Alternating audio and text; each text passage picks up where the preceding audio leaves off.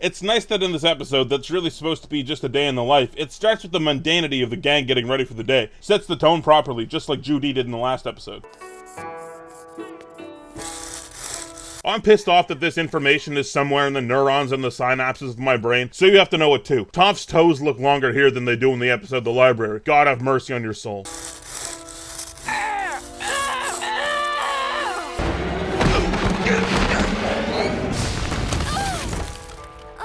So this raises an odd question. With how Toph makes herself look here and the theremin music and everything, do you think this world has legends or even sightings of aliens? That's obviously what Toph's going for here, so that's gotta be the explanation, right? Alright, this is pretty dope. It's nice to see the common everyday uses for bending. It's not just a combat art, like the Omashu delivery system or the trains for Ba Sing Se. The world is different from ours, so things, even as simple as chilling in a sauna, should be different. Well, that wasn't so bad.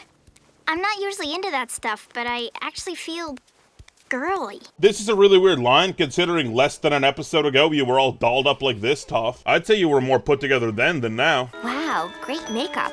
Thanks. For a clown. Toph should have been able to tell this girl was lying, right? Even before she called her a clown? Maybe it's hard when they're walking in a group of people or something. Good one, Star. This is the most infuriating voice acting ever. Whoever voiced this, give them a raise. It's like dripping with vapid bitch energy. That's a rare talent. Good one, Star. No, that was a good one. Like your poodle monkey. The animation on Toph here would make you think she fake laughs 3 times, but she only does 2 fake laughs and then inhales. You know what else is a good one? Oh yeah, I think that's a proper response. I think that's bang on. Toph is good at that, doling out exact justice. Do I think Katara took it a little bit too far? Yeah, probably. Who knows how hurt these girls got from this? Oh well, no time to think about that. Back to the sweet bonding moment. One of the good things about being blind is that I don't have to waste my time worrying about appearances. I don't care what I look like. I'm not looking for anyone's approval. I know who I am. This is a really nice moment from Toph, and it's really the first time we ever get to see her show some weakness. She could have easily fallen into the trap of just being the character that's a badass and loudmouthed and always quipping and kicking ass, but they give her moments like this because she's a real character. Of course she's self-conscious behind the bravado sometimes, just like everyone is, and they really could have left that out, but I'm glad they didn't. And I know it doesn't matter, but you're really pretty. I am? Yeah. You are. Similarly great from Katara too. Less meaning behind it because of course Katara would say this, but it still feels good that she does. Toph and Katara have had a somewhat rocky relationship up to this point, so taking the time to have them have a good time and get along in this anthology episode was super smart. I am? Yeah, you are.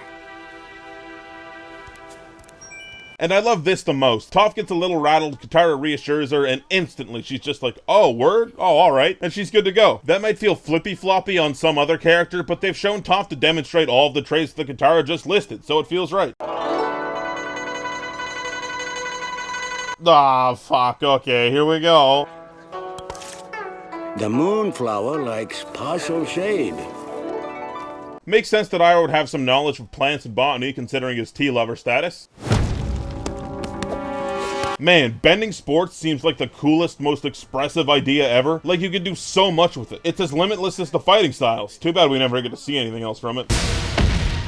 When I'm through with you kids, the window won't be the only thing that's broken! So this guy's like an actual giant, right? Like he's 10 feet tall, 700 pounds, head the size of a beach ball. For the record, this is what everyone would look like when they say, I would be a waterbender so I could bloodbend, or an earthbender so I can metal bend. You would not be a bloodbender or a metal bender. You would look like this guy. I would look like this guy. With a poor stance, you are unbalanced and you can be easily knocked over.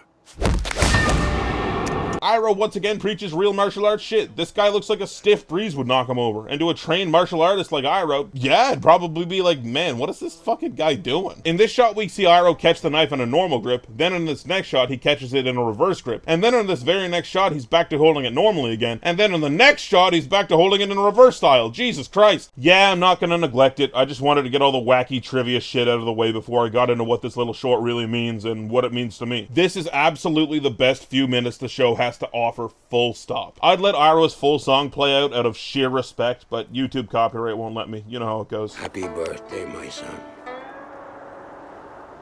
If only I could have helped you. Iroh's story ends on this heart-wrenching note of it being his son's birthday, and he chose to spend that day being a father figure to a bunch of kids, something I'm sure he wished he could have spent the day doing with Liu Ten, his son. He soothes a really little boy who's crying, administers some good, solid foundational teachings to some boys, trying to teach them a lesson that sticks, to be honorable but also be pragmatic, and helps a young man who is struggling with who he is and what he's doing with his life. These are all situations that he'd probably experienced with Liu Ten when he was growing up, and he chooses to celebrate Liu Ten's short life by trying to be the father figure that he still wishes he could be. And that's heartbreaking, man. That's some genuine human shit. That's not even to say that he's in the city that his son died fighting to attack. He's being a father figure to the people he besieged only a few years prior, the common folk of the city whose defenses took his son from him. But we see that Iroh doesn't blame them. Iroh feels like he had a bigger hand to play in his son's death than any one person in these walls. We see in an Iroh dream sequence when he's hurt that Liu Ten's grave is beneath a tree on a hill, somewhere in the Fire Nation, I'm sure. So Iroh seeks out a similar scene to honor his son. This is incredible television, incredible storytelling, incredible animation and visuals, and incredible voice acting from the late, great Mako. I'm not afraid to admit that I at least well up every time I watch this scene. Every time. I can't help it. Honestly, I'm trying to find the words to say to really capture this moment, but either I'm not a good enough writer, or maybe those words just don't exist. The tale of Iroh is incredible. Comes marching home.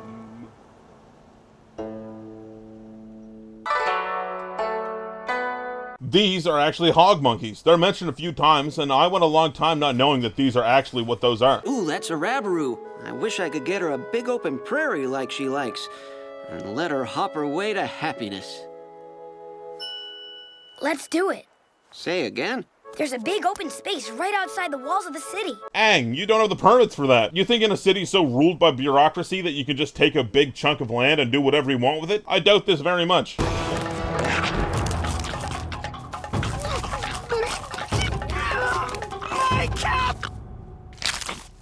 Oh, forget it. What is this joke? This guy's cabbages are getting messed up? Why does he get a line on a joke, but no one else? Who is this random cabbage merchant we've never seen before? If you look closely here, Aang actually tosses the bison whistle up in the air and catches it right before he blows into it. Who is this mystery man standing next to Aang in this shot? Everyone around him seems to have fled, and the zookeeper didn't seem to be around anywhere, so who is this? Who is this crying in the background? I've never seen this man before, right now, ever in my entire life. As the animals run by, what is this? That's a cow or something? Woo! You gotta love seeing Aang do some proper large-scale earthbending, too. This episode isn't all just character stuff, it's got a little subtle power growth for Aang here, too, as he improvises this zoo together. This girl we see run through the gates is the same girl whose cat got out of the house and into the elephant mandrill habitat. You can actually hear some murmurings here that catch Sokka's attention, but I can't for the life of me make them out. Maybe you guys can.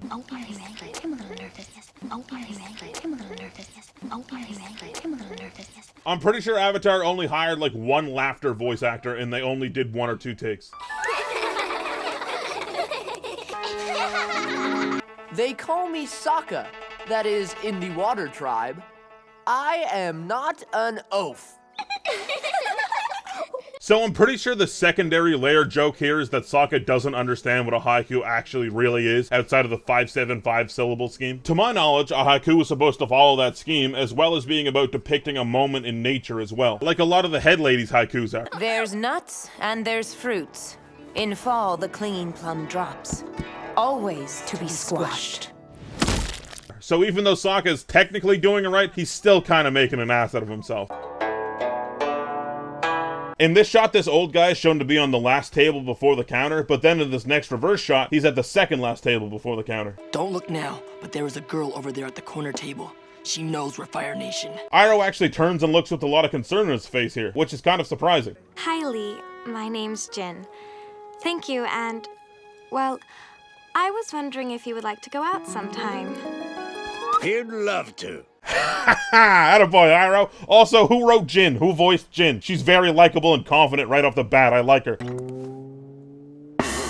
I gotta change my vote for Zuko's best hairstyle. My bad. Didn't take this into account. Rookie mistake. Excuse me, sir. Would you and your girlfriend care for dessert? She is not my girlfriend! Zuko's lip movements don't follow through as this shot transitions, but I also love how this waiter guy just kind of walks off like, I don't get paid enough to get yelled at by kids. And why was this dude even asking about dessert? Jin's still absolutely murdering some noodles as we speak. You juggled. Yes, I juggled. I've always wanted to learn how to juggle. Can you show me something? It looks like here Jin is handing Zuko at least 5 distinct items, but when she hands them to him and he throws them up, there's only 3. We're back. We're back to full moons, by the way, guys. Don't worry. It didn't take long. I can't believe it. They aren't lit. Close your eyes and don't peek. Zuko, this is the dumbest shit in the entire world. You got after Iroh for firebending his tea, but you're out here lighting 20 candles in record time? What if a single person just happened to look out their window right now? That brings up an idea, though. What if people saw Zuko do this? People actually might have. But would they risk telling the police or the Dai Li? And if they don't know about the war, they would just think, huh, firebender, pretty cool, and then carry on. So I think, despite Zuko not knowing it, this was less of a risk than people think it was. Don't get me wrong, it's still dumb as hell. Now it's your turn to close your eyes.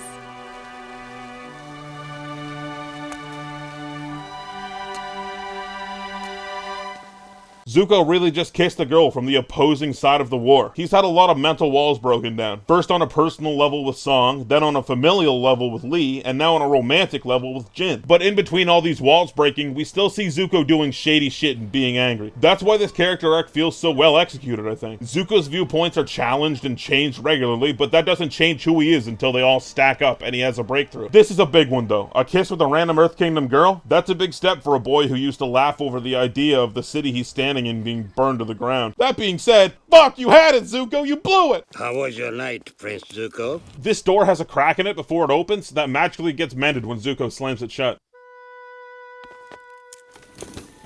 It was nice. That feels good, and it feels right. Everyone knows by this point that this is Sokka's bag that Momo jumps into, but no one cares about Toph bag continuity. And honestly, it's bad continuity because she didn't have it on her when Appa was taken, so it was probably on his saddle. And I don't know if you guys have been paying attention, but Appa's not really around so much right now. This tuft of fur could have conceivably gotten into Sokka's bag from the time they gave Appa a bath, so that works.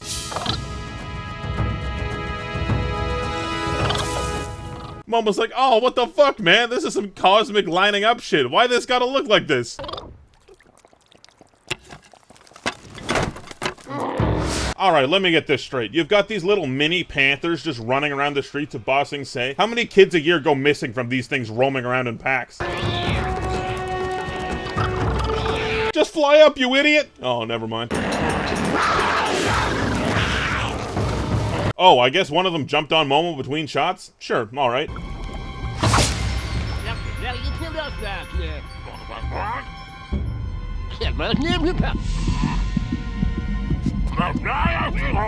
Momo has opposable thumbs and understands locking mechanisms. I think Momo might just be really smart, but he doesn't speak English. I like that these cats turn out to be the absolute homies. They see that Momo's friends with Appa and they're like, oh, hold up, we got you. Very sad note to end on, but very, very smart to end on a story beat after an anthology episode, I think. Lets us know that this isn't turning into some slice of life show. We've still got stuff to do, and that stuff is find Appa. What do you want me to say? This episode's awesome. A lot of people list it as the best in the series, but I wouldn't go that far. Most of those people are really just talking about the tale of Iroh when they say that, and I do agree that that is the best 3 or 4 minutes this show has to offer, but that on its own doesn't make this the best episode, to me at least. The rest of the tales are somewhere between good and fine. Toph and Katara share a nice moment, and so do Zuko and Jin. Aang and Sokka don't really get a whole lot to do, Sokka especially, but their stories are still fun at the very least, and Momo's at the end to keep the story rolling. I do really love this episode, because I love these characters. It starts with them getting ready for the day, and it's just a day in the life, and that really helps them feel like they're real people. Like I always say, just having an episode where they can breathe and be themselves, that's really cool. Sometimes they're gonna have quieter days and just chill out. It's not gonna be world-deciding battles every day. These people are just people. I think that's cool, and it helps flesh them out. Would I call this a filler episode? I think if you really get Avatar, you wouldn't be asking that question. Patron shoutouts. If you want to be 2 episodes ahead of the YouTube releases, you can support me on Patreon for just a few bucks. Link, as always, is in the description below the video. Biggest shoutouts of all to my top patrons, Cognomancer, who looks like a Greek god had a baby with Miss Universe. Emilio Muffin, who has won a dance competition in every known form of dance, and a few unknown ones as well. Fritz Sullivan, who is as tall as redwood and as strong as cedar. Keegan Scott, world champion slam haiku writer. Skylos, slayer of Rotundra, the obese ice giant. And Zoopy, who I'm pretty sure is told of in prophecy. I'm just not sure which one yet. Other giant shoutouts go to my other top patrons: Be My Valentine, Bingo Dingo, Bob Def, Code Canut, Derek Cornwell, DJ Jax, Do Mutual Aid, Eleanor Rose, Glintlock, Louis